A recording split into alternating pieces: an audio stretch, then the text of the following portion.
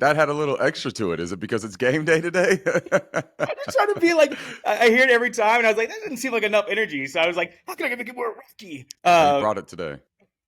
And it's game day, dude. I am That's right. pumped. I'm so pumped for game day. I'm so Yeah. pumped for football season. It's here. I'm so excited. Yes, sir. So sorry to everyone because you're probably not going to get this. I mean, this will probably come out maybe 30 minutes before the snap. So we're going to tell you all about. That's right. Yeah. Try to get like a little bit of it in. Sorry, it's really both of our faults, but mainly mine. I was running really late today. Yeah, what is this? It started. Maybe we'll do it live, and then no, let's do it at 11. Oh man, my kids are going to the pool at 12. Oh man, then they're still here. So it was. So I get out. I'm 15 minutes late already. My kid is still here. He just wants to play with his new stuff, and I can't say no. So I'm like, all right, man. Like I'll just not do what I said I was going to do for an hour. But so now here we are. So we're going to do a pregame preview during the game. So very professional situation here. I'm sitting here in front of this ring light, and I don't feel a heat, but it's just like over like a period of time. Yeah. I'm just like slowly getting warmer and warmer and warmer. But we're about to start, and my face is like beet red from being so warm. Yeah. And so I just literally just go get ice cubes and like just put it all over my face. My wife is a personal trainer, yoga instructor, all that kind of stuff. And I went to do yoga with her one day, and she was doing like a personal training thing. And I've been to yoga classes before, and there are all these like yogis, and they're just it's like really easy for them. They lift their legs, stuff, and I am dripping in sweat in the first like 3 minutes. I'm just like a sweat monster, anyways. Yeah. Oh man, so this is yoga's not easy, man. Like that, it looks easy. You're exactly right. Like it looks really, really easy. And then the minute my kid tried to do yoga with me, they have like yoga for kids on YouTube or something like that. So during the pandemic, we had him home, and I'm like doing this yoga with him, trying to like get him active and all this kind of stuff. And I'm struggling, dude. Yeah. Like he's making me look like an asshole. And I'm like, hey, buddy, like let's just sit on the couch and watch TV or something. Like I'm really good at that. Man, I feel like we do this whole episode like crying and my face beat red. Okay, guys. So pineapple. Yeah. Sorry, not a great way to start this thing. So we're doing this at about almost 1 o'clock. So I guess we'll finish it around 2, and then I'll try to get it out as fast as possible. So maybe somebody will listen before the game starts. Yeah. So anyways, let's get into. So I haven't seen you since before you went to Jets camp. I know we kind of went back and forth on it a little bit. So my wife left for a week. She's going home to see her parents. I got a buttload of work at work, so I couldn't go. So I kind of have the apartment to myself for the week. So I put on Hard Knocks. So I watched the first episode of Hard Knocks, and usually I'm pretty into it because they go like the guys that are like on the cut line. They might get cut, they might not get cut. Who like is coming? Who is starting to emerge? Kind of person, right? This Hard Knocks starts off as Aaron Rodgers is the greatest player of all time, and we're going to be awesome. Like, that's kind of how it is. Yeah. And that makes me nervous for them because everyone's watching that. Yeah. Everybody's going to be like, oh, yeah, this is it. Right. And it kind of made me think, man, I want people to know how good we are. Mm-hmm. But now I don't want them to know how good we are because I don't want to be the hunted.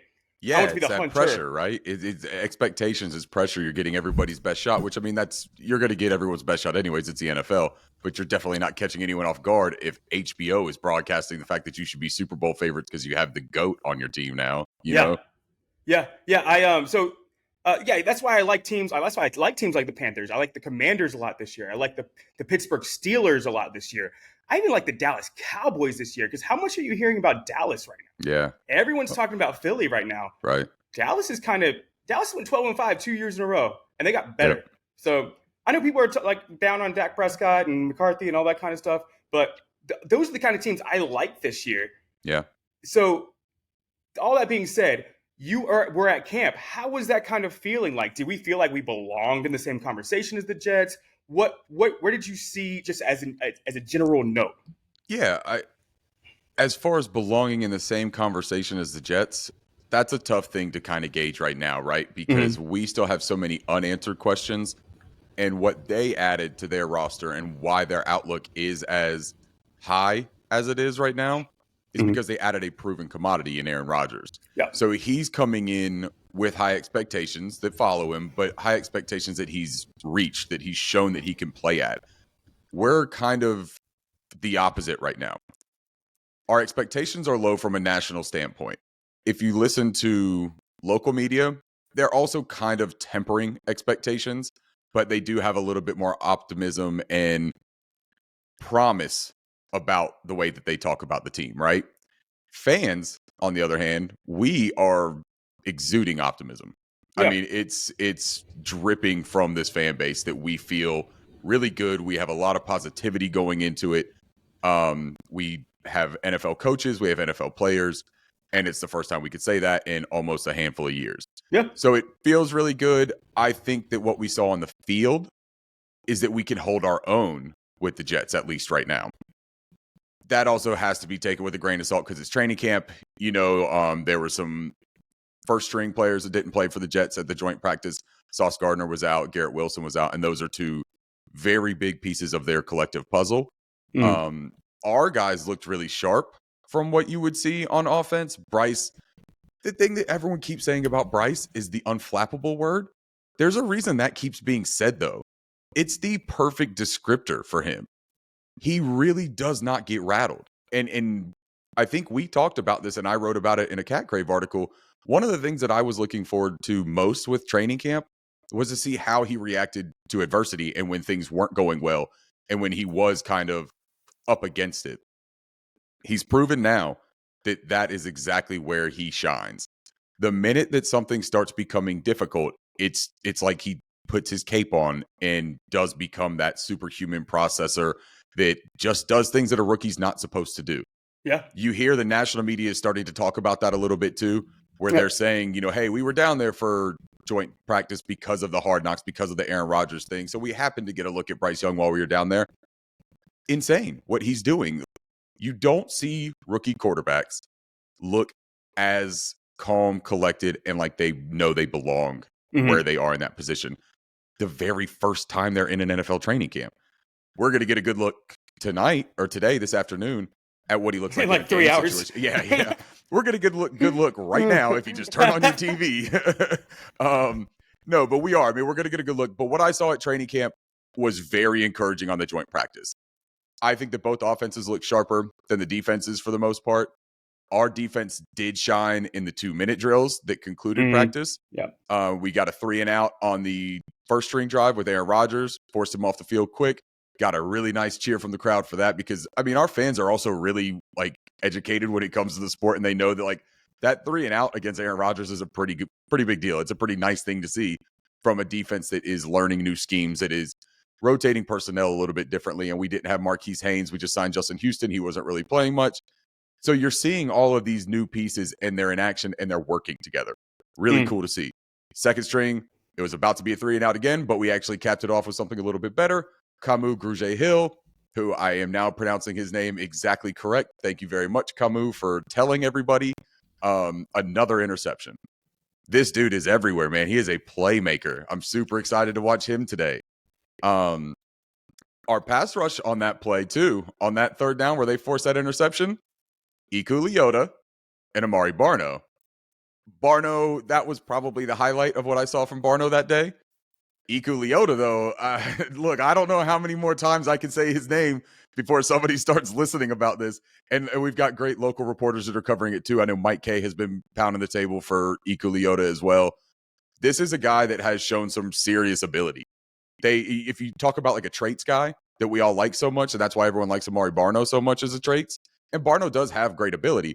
Iku Leota, though, just looks like an NFL player when he's out there, too. He's a little bit more filled out, you know. He's got a little bit more of a power aspect to his game, too, but he does have a nice repertoire of moves to get after the quarterback. Just really fun to see him playing well. You know, he really looked good out there, and I can't wait to see him tonight. Tonight's going to be fun because we're going to get to see that pass rush, and we're going to get to see what some of these young guys look like. So that's the problem that we have as a podcast duo is that I write all this kind of like talking points that I want to say, and then you like eloquently articulate like an entire podcast in like 90 seconds. So then I just have to wing it when I go forward because you've already touched on everything. Yeah, I feel like you're wanting me to say sorry, but instead I kind of feel like I'm getting an award too. I don't really know if it's a good or a bad thing. Yeah, all the watchers are like, oh, thank God this isn't going an hour and a half because yeah, look, we can just make this really brief. I can just go ahead and hammer this thing home and we can get out of here. No. Start pre-gaming. I want to play too. So I can I want to just touch on the fans real fast. I think that the fans are very educated as a whole. And I think a lot of it has to do with we aren't spoiled by the, Rodgers, Devontae Adams. Like, a lot of fans like, we got Rodgers and Devontae Adams. Who cares? Like, Patrick Mahomes, Tyreek Hill, and Travis Kelce. Who cares? Like, you don't have to be as educated. For us, for pretty much our entire history, we've had to win as a team. And we've always had to know individual players. And we've been bad a lot. So we've had to, have guys that we root for coming up because we have to have optimism about something. So I think our fans just in general are educated for that very reason. Yeah. Forged through the fire kind of situation. Yeah. We will talk about Iku Leota later because I want to talk to you about what we're watching. And going back to national media, I think you're right. The guy from NBC Sports, Peter, I want to keep on saying Schrager, but it's the Peter King. Was saying a lot of like that. And then this morning I'm reading, let me see if I can say his name right. Lee J. Douzable, I think I'm saying his name right. Mm-hmm. He was on CBS Sports kind of pregame show, kind of sports show. He said, I watched Bryce Young versus the Jets in practice this week. And I'm telling you now, that Young will win Offensive Rookie of the Year award. I've never seen a rookie quarterback as calm, cool, and collective in the pocket. Plus, never be flustered. The way he manipulates the pocket, processes, and throws with anticipation is a thing of beauty. And then I write down a few notes because this is what he tweets and this is what he says. He says he watched in a 2-minute drill or I think it's a 2-minute drill that first down he got sacked. Mm-hmm. Second down he was more pressure. He had to throw it away. And then he makes a huge big time throw to Thielen. Yep. Then when they go and get a first down, because I think it's a 2-minute drill, it's pressure, like a throwaway or sack, and then he makes a huge play to Mingo, and then they get a field goal to tie the game. So Mingo was everywhere too, just to throw that in there. Mingo showed that he was a guy that steps up in a live situation like that. I think that he gained so much trust with Bryce just in that one joint practice. Just my outside opinion watching it, it looked like Bryce was saying, if I have to create, if that pressure's coming and I have to do my trademark creating off script type of thing, his eyes almost flowed straight to Jonathan Mingo because Jonathan Mingo has that physical profile to win those matchups. He does have good route running, but I think where he's starting to develop is learning areas of the field and when to sit and not just keep going. He is building that rapport with Bryce where Bryce is able to look for him in spots as opposed to just trying to track him. And that's really good. That's what Adam Thielen, we all thought he would bring, and he does bring that. Thielen has been terrific. He absolutely brings that. But Mingo adds that level of dynamic athleticism with that. So if he can start doing that, and that's what you want to see out of TMJ too, that's the next progression for him.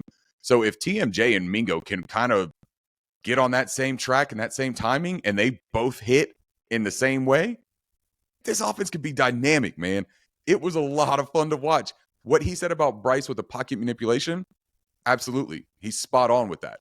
There were instances where there was pressure coming, and Bryce, instead of scrambling out in a way where he's trying to gain yards with his legs, he manipulates the pocket. And what that means is that he moves up just a step or two, creates a little bit of extra time. He'll move laterally, left or right, and he will just have this sixth sense of knowing when that pressure is about to get to him. And he makes these subtle little movements that extends the time in the pocket.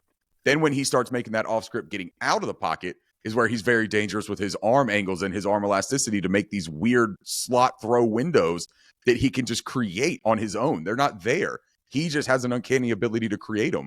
That's something we haven't seen out of a quarterback for us in a really long time. Yeah, I'm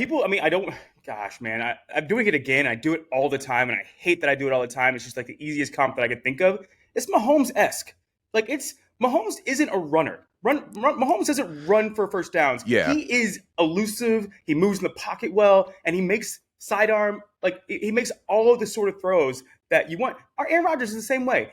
Rodgers is a great comp, and it was funny to and comp isn't necessarily like how I mean it, but there are linear similarities between the way that they throw the ball. And that comes for a reason, because Bryce does model a lot of his game after Aaron Rodgers. He's been on the record saying that. Big fan of his game. That's how he learned how to do some of this stuff. And it shows when he plays. There were some similar things. Now, he's not at Aaron Rodgers' level. I saw Aaron make some throws in Spartanburg that were ridiculous. I'm talking, it was like a 45-yard on the move, back shoulder, just dropping the breadbasket. I was sitting there watching the game with Monty and Dunk on Demand and my buddy Jared for Cat Crave, Jared Feinberg. We're sitting there watching the practice together, and all of us, when we saw that throw, were just like, holy shit, dude. Like, I don't think I've ever seen a quarterback make a throw like that in person. Yeah. It was just a cool experience. But Bryce does have a smidge of that Aaron Rodgers creation and approach to the game. Yeah. I thought I was making informed bets about the Jets to my buddies at the bar. And man, the more I watch Aaron Rodgers, because everybody was like, Russell Wilson and the Broncos, it's going to be amazing, and almost everybody that switched teams last year was bad. And I think it's because Hackett's more the guy that's like, I wanted to make sure that everybody knows that they can be themselves kind of person. And I think Russ is so much more structured and needs everybody to be more structured. Mm-hmm. And I think that's the difference between the two. Whereas Aaron Rodgers is like, man, I'll get you. I'll get you. I'll find you. I'll make the throw. It's much more freedom within the offense for them. And I think the Jets can be good. I think they are. I have them make the playoffs. I don't have them going like super deep in the playoffs, but I have them making the playoffs. They're a fun team. But man, they got a target on their back. I don't like that at all.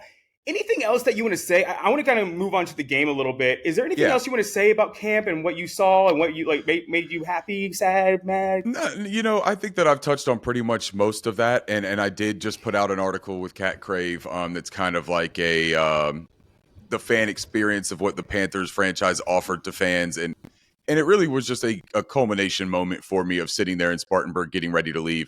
I was sitting at Cribs, which is a really cool little bar, cafe, diner type situation. Great burger, get the patty melt. It's terrific. It's a recommendation that was given to me by multiple people, and it did not fail. But sitting there and thinking about it, I was able to go to the back together practice on Saturday. I was able to go to Fan Fest, and I was able to go to this joint practice. There's a lot of really cool opportunities. Seeing all of this as a fan is something that we should all try to experience if you can. I understand that life happens and that there's a scheduling conflicts. I'm not like criticizing anybody for not doing these things. If you have a way, you should try to do it, because getting to experience it and building that connection with the team and with the players, seeing them putting in the work is a whole lot different than just watching on Sundays. It's great to watch on Sundays, keep doing that. But knowing how much work and time and effort is put into these things is a really cool inside look at seeing this stuff. Getting to meet players, you know what I mean? And I don't mean like we all went and had dinner together. Getting to watch them come out, say hello, give a remark or something like that, see if they acknowledge you. People stand and they get autographs. I didn't do the autographs. If I had my kid with me, I probably would have, because autographs are great. You know what I mean? For kids especially. I was less of that. I just wanted to get up there and watch the practice. But being able to see these guys come out and talk to them and show gratitude to them, it's just a really cool experience, man. And it's a way to stay really in touch with the team. So I would highly recommend doing that. If you want to hear more about it, just go check out the article as well. I put a little bit of effort into it. I would appreciate it. Man, it is. And so I've read a lot of your stuff just because, like, I think we're friends. We're friends. And we can say that. I want to support. I think this is probably your best article yet. I thought it was really, really, really strong. I liked it. I liked it a lot. And I definitely recommend people going to read it. I have been swamped at work, and I've been trying to social as much as possible, but I definitely need to share that on social because, all right, so I'm catching myself a lot about it right now. So I listened back to my 32 and 32, and I don't think I do it as much on these pods, but man, I do all the time. So I'm going to try to catch myself so much doing it because it is not fun to listen to. I don't notice it. It seems good to me. Yeah, but we're back and forth. It's like you say something, I say something, you say something. When I'm by myself, I don't have my thoughts like all together. Yeah. But I'm working on it. Let's go to game preview. Hell yeah.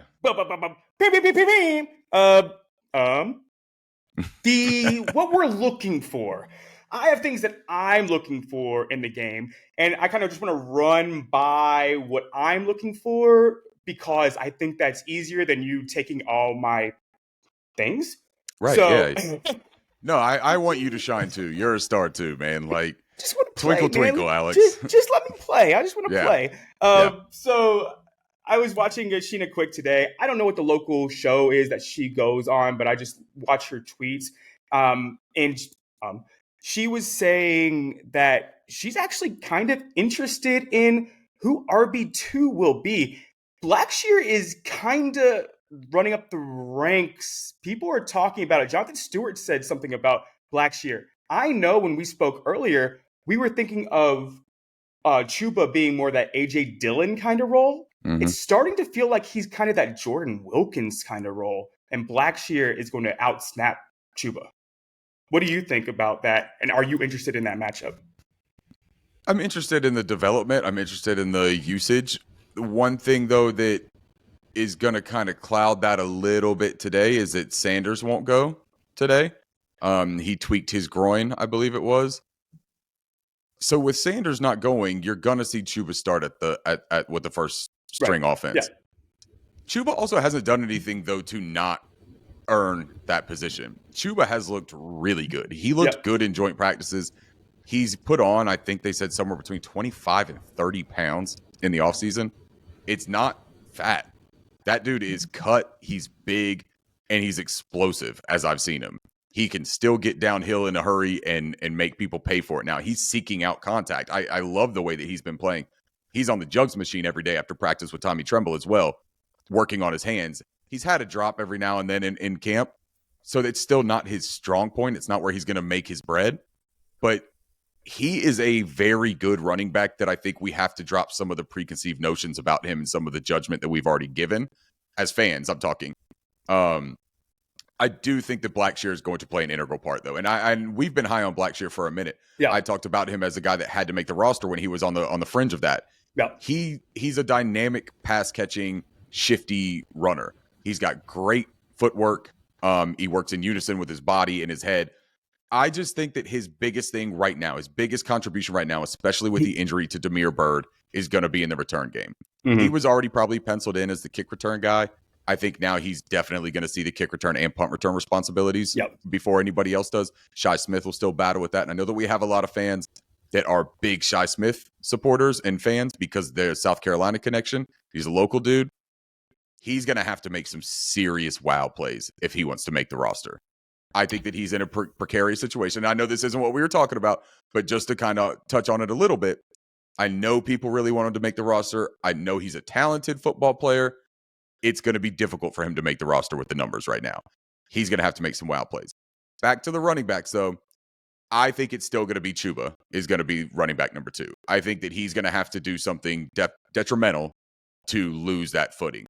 I just don't think it's going to be your classic running back 1, running back 2, running back 3 type of situation. I think it's going to be situational and rotational such as in instances where they're going to play in favorable positions and where it makes most sense for the offensive schemes and the structures that we're running. Because Chuba, if you are running something where you're going to slide him out of the backfield, you want a running back that can go out and line up out wide, and you have an empty backfield with Bryce, you're probably not going to throw Chuba in that situation. You're probably going to do Raheem Blackshear there. Now, that's not tipping your hand because you can motion out, and motion is a big part of the Thomas Brown offense that he's going to implore into this. But it is just kind of how it is, right? Like Chuba's just not excelling at pass catching. No. Doesn't mean, though, that he's not still going to be our second running back that plays in the game. Yeah. So so first of all, I'm going to come back to Shi Smith because I have him on my list. But he is not next to my list. He is not next on my list because it doesn't go with how I'm making the flow of the podcast. Yeah. So I'm really ruining your flow. I apologize about that. So the thing is, like, I was going to touch on him, but you kind of are setting me up to. Yeah, I was kind of am. Yeah. What I was going to talk about next, because Sheena Quick also said that she's looking at Chenault. And I think that's interesting in the fact of maybe Nyheim Hines needed to be used more because they didn't have what we have. We have a plethora of pass catchers. We have so many things, so many guys that are so dynamic and can be used in so many different ways. Yeah. That we don't need that back out of the backfield as much. I'm not saying we won't have him, but I'm saying we don't need them as much. So I think that's kind of a Chuba incline. We've got this, up, it's what you said though. We've got players that have versatility, but it's almost like the inverse versatility of what Frank had in Indy. Right. What Frank had in Indy is he had his receivers that were only receivers. Yep. He had running back in Nyheim Hines that could very easily transition out wide into that receiver role, but from the backfield. What we have is almost the inverse. We've got guys like Chenault, like Tommy Tremble to an extent, that can take their alignments and come into the backfield, and that we can run designated sweeps and all kinds of stuff like that to get them out into space and to create, opportunities for them. It's a different kind of versatility, but it is an interesting thing to watch. Sheena has a great point with that because Chenault, he didn't practice with the joint practices. He was out. So we didn't get to see what that usage was going to look like in that live competition. So seeing him tonight will be really interesting. And again, I go back to that Damiere Byrd injury because that is going to open up opportunities. I think that Laviska might even see some kick return, maybe punt return. He's done kick return in his career before. I don't know that punt return will be something that they put him at, but that's an interesting thing to watch. We're going to have to try to figure out something in that position. Special teams is such a pivotal part of playing football. And I think that sometimes fans, we overlook that because we're so hyper-focused on quarterback, or we're so hyper-focused on pass rusher and cornerback and all this other kind of stuff. Those are the marquee players. I get it. They're exciting. They're the brand names, But don't forget about what a great returner can do. Devin Hester, Dante Hall, Cordell Patterson for the Falcons. We've seen it up close and personal. These guys change a game and field position, not even just touchdowns and stuff, just field position and not giving the ball over in a turnover by muffing one. It's all really important. And I do think that she makes a great point that Viska is somebody that we have to look at to fill that versatile role. Yeah. Yeah. I need to see. I'm with you about Shi Smith. The problem isn't Shi, and you said this. We talked about it on our old tweets episode. Yeah. It's not that he isn't good enough to make the team. It's just that he doesn't give us anything that we don't already have. Yeah. Because we are keeping Damiere Byrd. I don't think we're not keeping him. I don't think he's a cut candidate. I think that we're waiting for him to come back. He's going to be our returner. I don't see him not being that. Well, and he probably goes on either IR or the PUP. So, I mean, he's not going to count against, like, they have an active and an inactive PUP. He's not going to count against that roster spot. Right. But what I'm saying is they said a month, right? So that was 6 to 8 weeks. Oh, really? I thought it said a month. 6 to 8 weeks and could require a procedure. Would you rather, let's say, just say, sure. Let's say it's 8 months. So he misses 4 weeks of the season. Would we rather have Blackshear just do it for 4 weeks, and if Blackshear somehow got hurt, have Chenault there, have even somebody like GJ Shark there, like someone that we still trust and still have that sort of person for, or why am I messing up his name? Iku Leota. I don't want to actually talk about him very much, but I want to say I'm just doing that as a comp of there's guys that are on the cut spot that are in places of need. And I think Shi is going to really have to prove something for us to be like, okay, we need him to be on the roster to take over for Damiere Byrd. To give legitimacy to keeping 6 wide receivers as opposed to keeping 5 or 6 outside linebackers type of situation. in a position group where the receivers that we have are a more established position group. And we can say that for the first time as Panthers fans in a long time.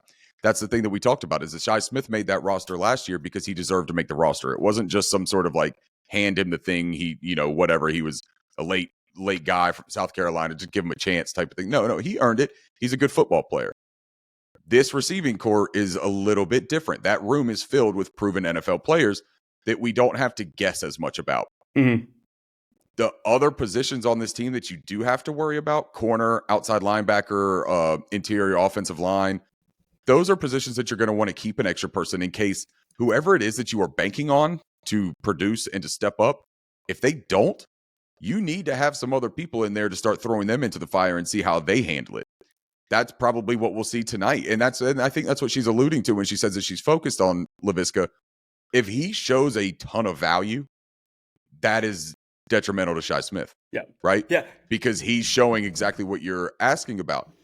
Can Viska just hold that over with Blackshear instead of adding another person and taking up that roster spot?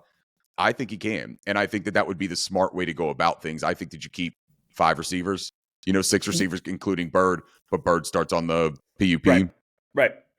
Exactly. And I think that we're going to have Wright, man. I don't think Wright's going to get picked up. I think that he will sit on our practice squad, and I think that he's strong enough to, if something, some multiple injuries happen, we still have guys like that. I think Gary Jennings will be on the practice squad. I think that Gary Jennings is a good player. Yeah. Fast, I think we have a ton of guys. We're just so deep at receiver, and it's so weird to say because everybody's saying that our weapons are bad. But I think you make a good point about the interior offensive line because we did not think that was going to be a problem. Right. And it kind of seems like it might be a problem for us. I thought Cade Mays was going to take a step. I thought Christensen was going to take a step. I thought Zavala was going to be able to come in immediately. It looks like Jensen's making a push and might make the roster, which I didn't think was going to happen. Yeah. What are you seeing there? The interior of the offensive line is just a little bit troublesome right now because they have been vulnerable and there has been pressure generated from really both sides and up the middle. Bradley Bozeman is a great center. I'm not concerned about Bradley Bozeman, but talking with Jared Feinberg again the other day, he made a good point that he's brought up. Bradley Bozeman's 6'5". His leverage as a center, it's a little bit more difficult for him to maintain that low posture, keeping his pad level low and keeping his balance at a low position where that's how you win in the trench. So he does have a little bit from a pass pro standpoint that like you would like to see him improve upon and get a little bit stronger and more consistent with some of his technique aspects. He's a mauler. He's strong as hell and he's going to go to bat for his guys.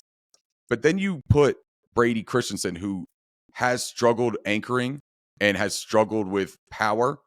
He was a tackle in college for BYU. He didn't have the length that was desired by NFL coaches to stick him out there on the outside. So he's handled that left guard position decently. I think that what you worry about, though, is that with Bryce, you have a franchise quarterback now. You don't necessarily want decent from those positions. You want really good and consistent and reliable and anchors. That's what you want from those guard positions. The right guard, we know that when Austin Corbett gets healthy, he's got that. Yeah. He's one of our best, if not our best, interior offensive linemen with Bradley Bozeman. He was a huge addition last year, and I think that we're starting to feel that by the way of loss right now, right? Like nothing shines a light on how good something is until it's just not there anymore. Yep. I think that the problem is that they've had a really high hope that Cade Mays comes in and wins that job sure-handed, right? Like no doubt it's he's going to take it. And there's even going to be a conversation about, do we move him to the left when Corbett's ready because Cade played so well? That hasn't happened. It just to be clear, it just hasn't happened. That doesn't mean that he's been garbage or anything like that. It just means that he hasn't taken that job. Mm-hmm. Zavala is interesting, but he hasn't played any time. His injuries were a really big issue for him in training camp because of the fact that those reps were imperative for him to show what he could do and to give a little bit of trust and confidence from the coaching staff. I think that Justin McCray, I think that he still is a guy that's going to get a look at that right guard position if Cade Mays starts struggling. He's a proven NFL player.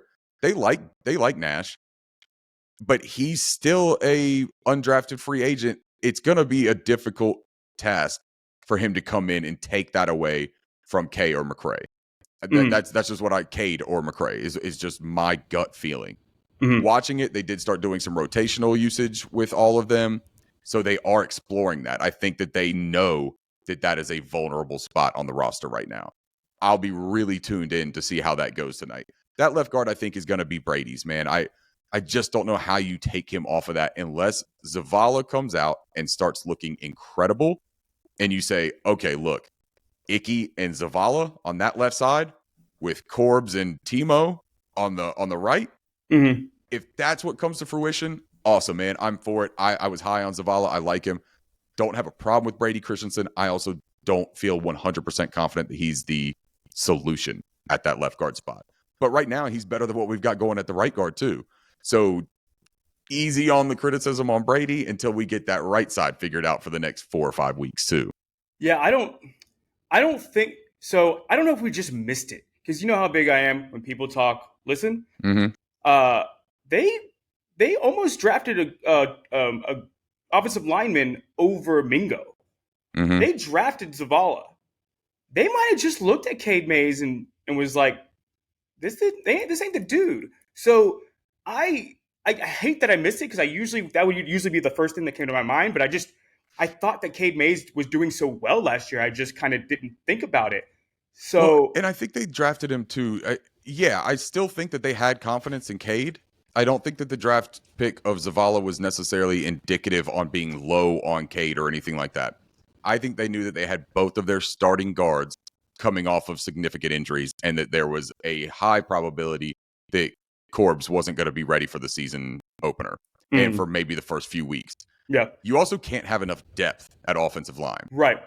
No matter how good you are, you look at like the San Francisco 49ers.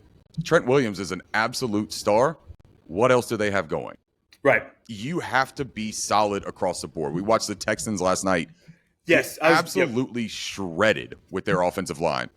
And poor CJ Stroud is fighting for his damn life out there. And don't get me started on that. Fighting for his damn life out there.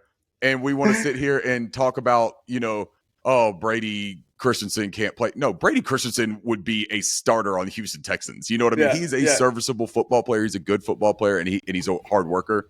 But I do think that we knew we needed depth, and I think that they knew we could still upgrade. You always want to upgrade. And Frank Reich has said that multiple times. Scott Fitterer has said that when we talk about like the outside pass rushers this offseason. He said that. You're always looking to upgrade the roster if there's an upgrade available. Right. So, taking a flyer on a guy like Zavala that has all the physical tools in the world, man, it's a good pick. And I do think they're high on him. Yeah. And he's just got to get out there and get reps. Got to stay healthy. There might become a time where we need money and we just have to move on from Moton. And if we might have to put, and Cam Irving ain't young either. So we might have to take Brady and put him on the right tackle. And then we have to open up Cam, I think his value is definitely from a mentor veteran in the locker room standpoint, to be completely honest right now, because he had some tough reps in camp. He had some tough situations. Yeah, he ain't good. He ain't good. I mean, he's not a starter in the NFL. There you in go. My opinion. There you go. So let's go to the defense. We're kind of going we can talk about offensive line forever. Let's go and see what we're looking for on the defensive end. I am super, because you've seen these guys in person, I am super excited to see Camu. And Camu Grugier Hill.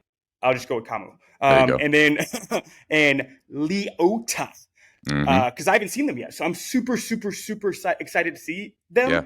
And man, if you get both of those calls right early on, I had Sanders coming in. He was a Pro Bowler last year. I said, that guy's going to be good. Yeah. I had DJ Chark come in. I said, that guy's good. I had Thielen come in. I was like, that guy's good. I had Hurst come in. I was like, those aren't big calls. Those are like the calls.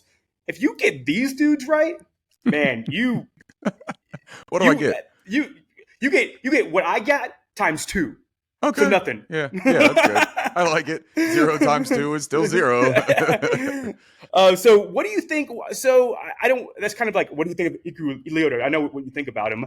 Yeah. Are you excited to see him with somebody? Are you excited to see? Are you trying to judge him versus Kobe versus Barno? What kind of idea are you looking for on the defensive or outside linebacker position? Yeah, that's a great point, what you just said there with the Iko Leota and Kobe Jones aspect of it.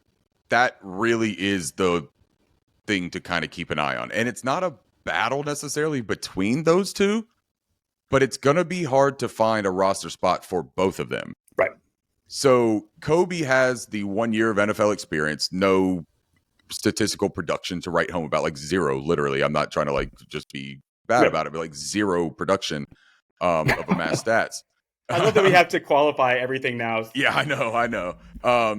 But you look at that, what's the right way of saying it? If it's not a battle, it's just a competition between those two. Yeah. Where one of them is probably going to end up making the roster.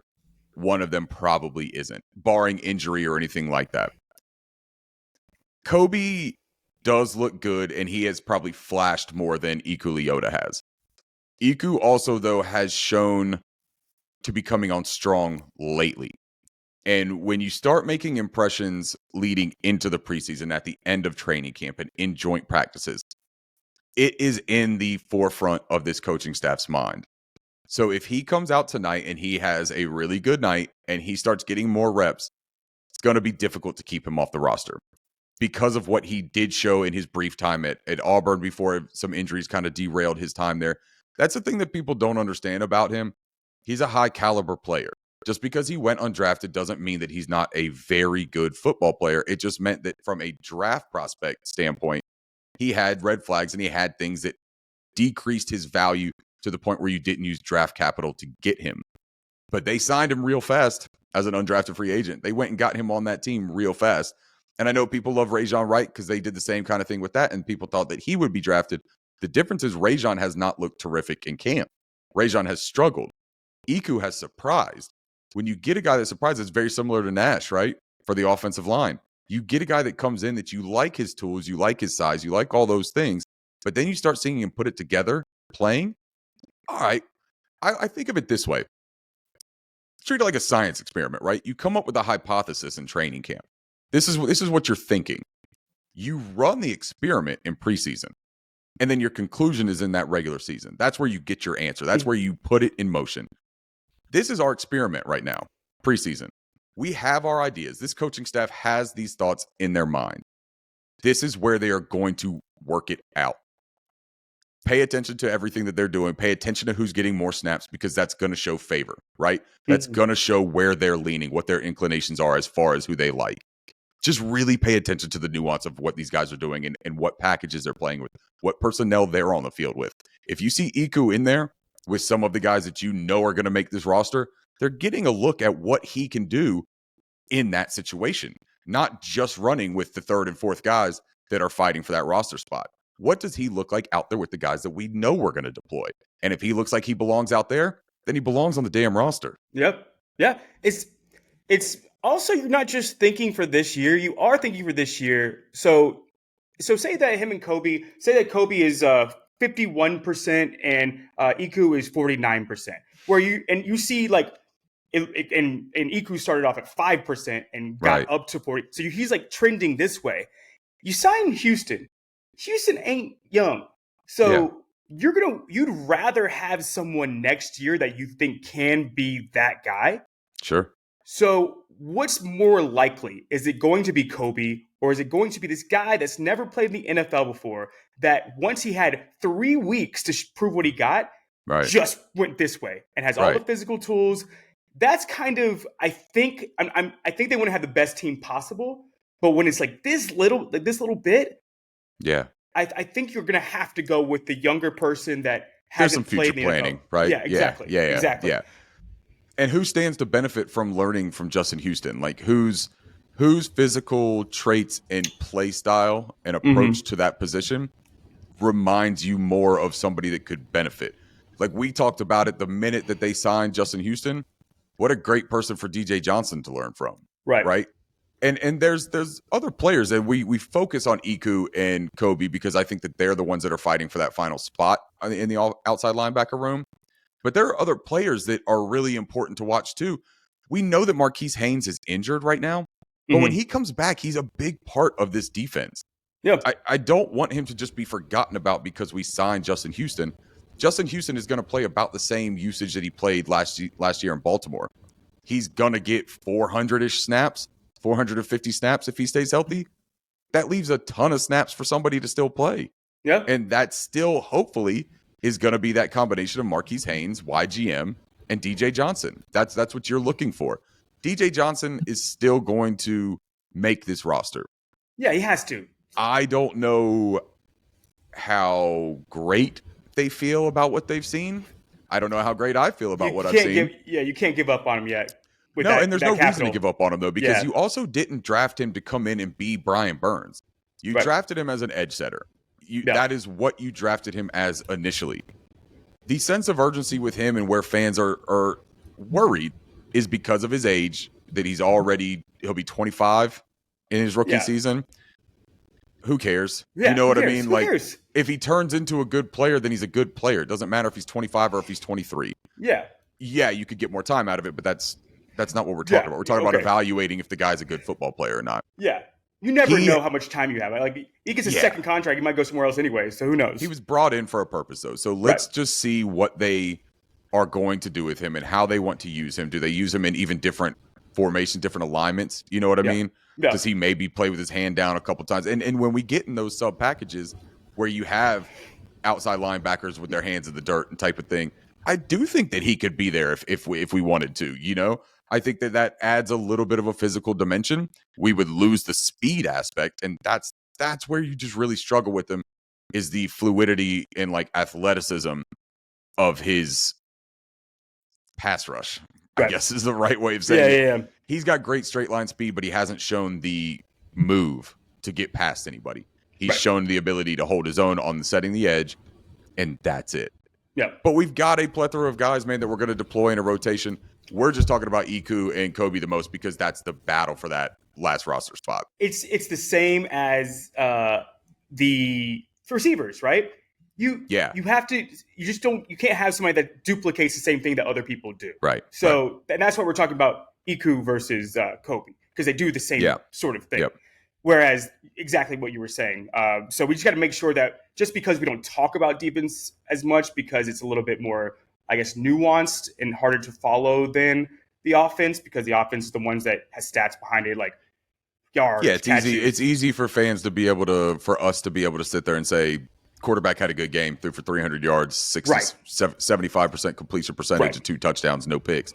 Those are quantitative measures that we can look at and support our gut feeling, right? Right, exactly. But with defense, you don't always know. YGM was a great run defender. Right. Yet fans think that he's a terrible, terrible player because he's not able to get after the quarterback the way that you would want a second-round pick to produce. Right. And that makes sense. Yeah, Derek Brown had 0 sacks last year. Doesn't mean that I can't wait to watch him tonight, dude. He is a monster. Yeah, it's just I want to see Bryce too. The guys that we want to see. Yeah, I want to see the big names. Hell yeah. Yeah, everyone wants I just don't want people to turn off the TV when the starters go out, because I want them to have somebody to look at. Right.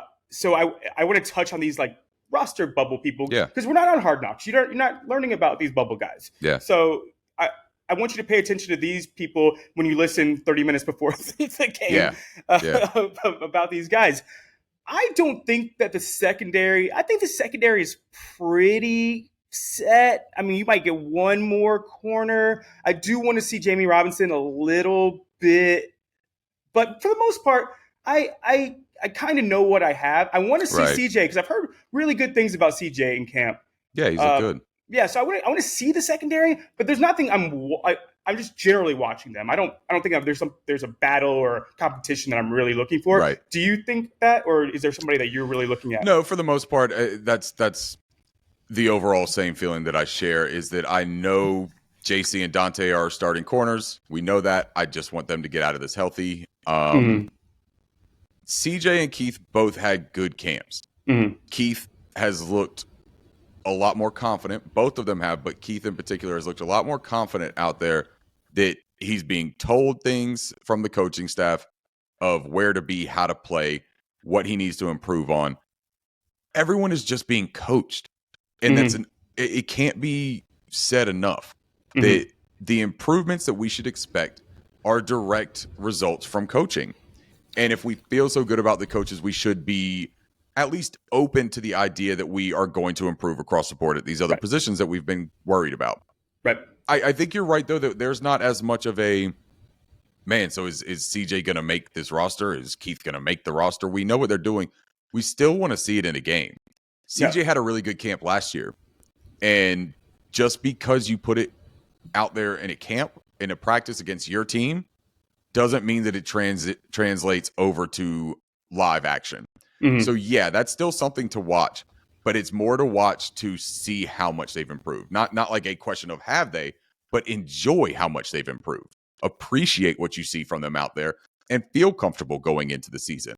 I do still think that there's Stanley Thomas Oliver is somebody that I'm still kind of watching because I want to see what he does with his size and all that kind of stuff, where his contributions on special teams.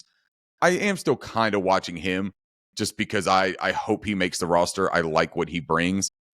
It's just going to be interesting to see how he fits there too. Safety-wise, we know Von Bell, Xavier Woods, Chin is going to play that star role. It'll be really fun to see the defensive schemes with all these players that we're talking about and to see them come out in these formations. Chin looked really good playing in that star, that third safety on the field. He's looked really good. Yeah, I'm excited to see him. You're right about Jamie. I would like to see Jamie get some time out there because he's, as everyone likes to say about him, he's got that dog in him. He's a ball player. Once he puts the pads on and the helmet on, he's better than he is in practice from the way you hear other people talk about him in college and stuff like that.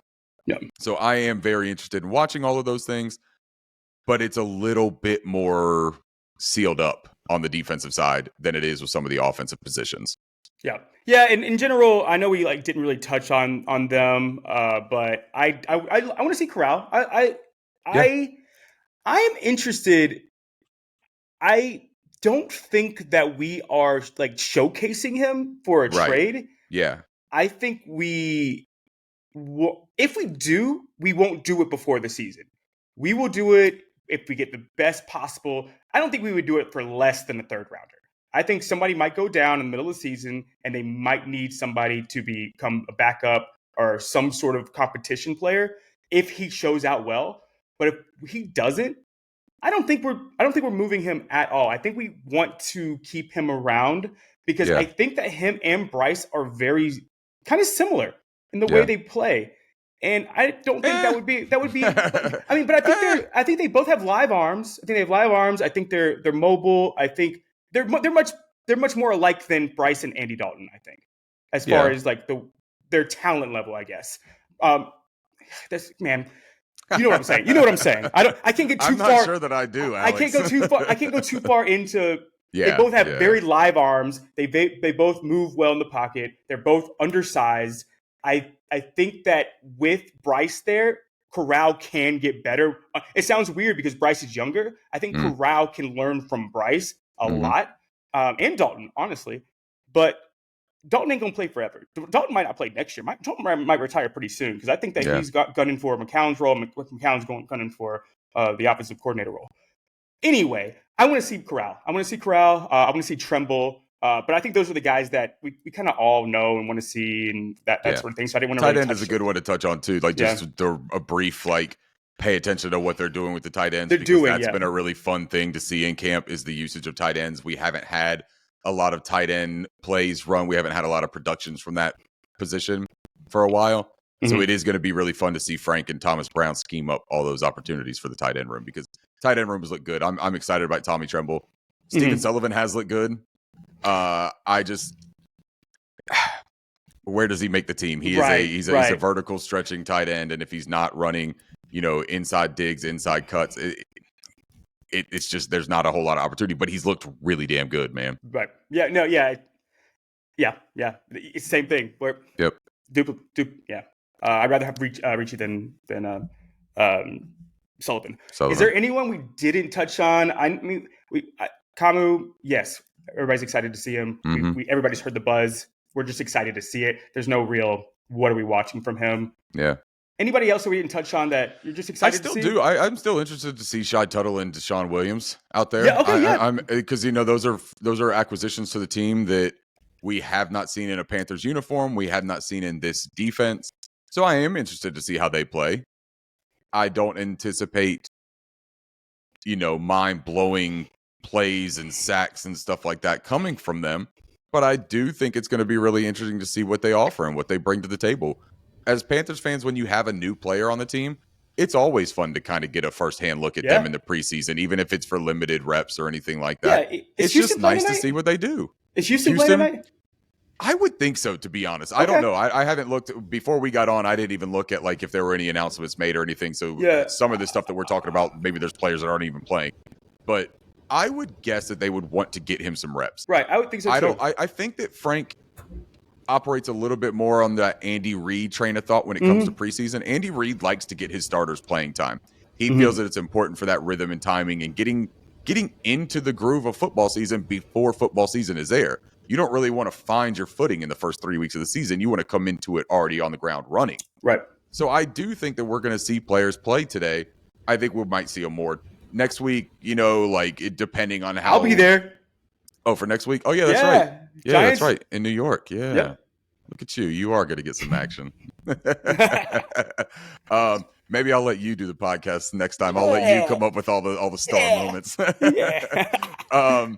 Yeah, so I'm looking forward to seeing all of the new additions, the big names and small names. And I really just am excited to see Panther football back on the field, on TV, and enjoying it. It's just a great feeling, man. I'm just really excited that football season is back. And after this podcast, the next podcast we do will be a review of what we saw in a Carolina Panthers football game. Let's go! Yeah, so I'm a happy camper today, man.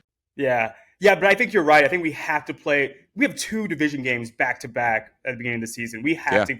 We have to get going. We've got to play our guys early. We have to.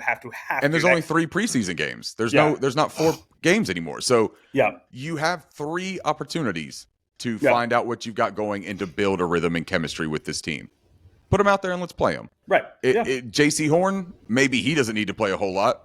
We know what he's going to do. I do want to see him get some reps so that he can build his confidence and feel good out there. But I don't need to see him out there for a quarter. I don't need that. Right. Dante Jackson, I want to see him get his confidence too, though. I want him to be out there and play full speed against somebody else and feel good about it. Yeah. And the fact that we're going against the Jets, they got some receivers. And I don't know if Garrett Wilson is playing or not. I have not looked at that. I know he didn't practice on the Thursday or the Wednesday that I was there. If he plays tonight, that was one of the matchups I was anticipating more than anything at that joint practice was J.C. Horn lined up against Garrett Wilson. That's 2 dynamic, up-and-coming, could-be top-tier players for their positions. So I want to see that, Yeah. I do. I still want to see Derek Brown against Elijah Vera Tucker on the inside. And there were some of these one-on-one reps that we saw in the drills, but I want to see him on the game. And now we get that opportunity. So a lot of stuff to look for tonight, and I can't wait to talk about it after the game. Sweet, man. Yeah, we're doing it tomorrow? We're doing it tomorrow? Yeah, probably. I'm going to a barbecue spot to watch the game today with Jared Catcrave, my colleague over there. So we're going to go and do a little bit of live dissecting of the game and eat some smoked wings and enjoy a little bit of Panthers football, man. Yeah, man. I'm going to do basically the same thing, but it's not barbecue because we're in New York and we just don't have that much here. Yeah. But that sounds really amazing. just going to go eat bagels and beer. Yeah. Bagels and beer. Yeah, probably more like nachos or like something like that. I don't know. Yeah. So yeah, I think that's probably it. We actually had a pretty good, for like right at an hour. That's great. Yeah, good for us. Good for us. I apologize about not promoting Shark Academy more. I just got hammered at work this past week. So I have had very, very, very, very little time. But if any of the Sharks are listening, I am still going to promote. And we are going to set up some sort of fundraiser or some sort of fun thing to do for them. Speaking of that, I do have something going on my Twitter. If you are a follower of mine, if you follow my Twitter account and you purchase a raffle ticket, any number of raffle tickets, that's a $10 raffle ticket. You purchase one, send me proof of purchase. if I can get 25 tickets bought by my followers, just 25 collectively by my followers, I will give away a NFL jersey of anyone's choice. You get to pick it, whoever you want. I would love for it to be a Panther, but any NFL player that you want their jersey, you buy a $10 raffle ticket, which will enter you for a chance to win tickets to the Saints Panthers in New Orleans in December, and it will also give you a chance to win a NFL jersey, all for $10. So go in there, donate, send me proof of your donation. Keep following me. We'll do a raffle here on Kitty Lit. We'll do a raffle. We'll pull a name out of a hat of everyone that did it, and we'll give away a jersey. Sick. Oh, so I guess I can't play. I already got a jersey. I got my DJ Shark jersey. Yeah, that's right. Let's go. So yeah, I think so. In touching on that, because I know we had this. I know I don't want to bring up who and what and where, but I just want, because we're promoting this and it's all about competition and mental health and making people feel accepted and they matter and just being a good person. I know we get really hyped up and we get really competitive, but we never wish anything on another person. Michael Thomas is always hurt. So when I give my analysis, I just have to think that he's probably going to get hurt. I'm not wishing for him to get hurt. I think that this is a human being and he has a family and I don't want anything for him. We had the situation with Peyton Manning and Ryan Leaf. Peyton Manning came in and was amazing. Ryan Leaf came in and everything got blamed on him because he was compared to Peyton Manning. And this dude went into depression. We got addicted to drugs, lost everything. He went to jail because he was stealing for his drug addiction. Mm-hmm. All because this happened to him. Because we put all this pressure on him that he had to be something. And even though that the team failed, the players around him failed, the coaching staff failed, we put all of that on him.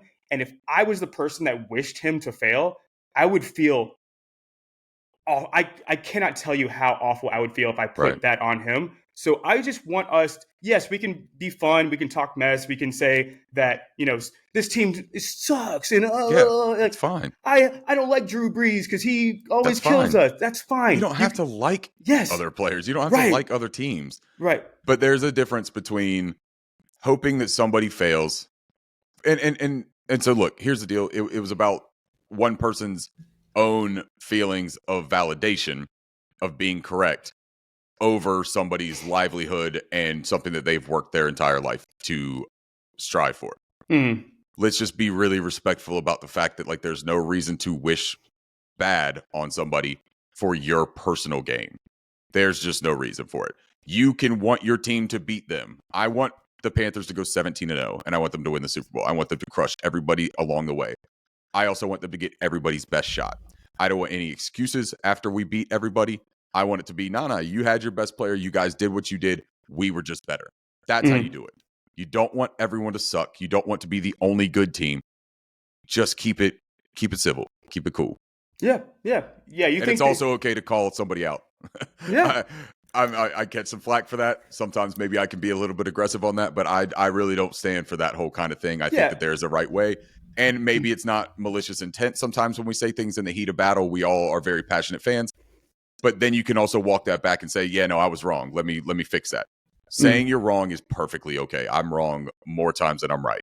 Yeah, and that goes back again. That's where we're so passionate about what the Shark Academy is doing. Yep. Because they are instilling this in people that are young. They want people to be able to say these things. That's right. Be like, hey, you all can be happy with each other. You can all support each other, and someone can still win and lose. And if that's instilled young, then we have those tools when we're older, and it's just so important. So please go support Shark Academy, because I keep on saying Shark Academy because they're just doing wonderful things. So yeah, and Coach D talked so much about that, the support system that people need, and that young people that maybe don't have that natural support system built into them from childhood. Really important that when you get into sports and the camaraderie of being a fan and anything like that, support system. And the first word of that is support. So let's try to do as much supporting as we can, supporting Coach D and DJ Shark's Shark Academy and all of those other things. Let's just get out there and do our best to do that. I support you, man. Thanks, man. I support you too. Yeah. Not the bagels and beer thing today. I fully do not support that. But if you change that to nachos, you have my support again.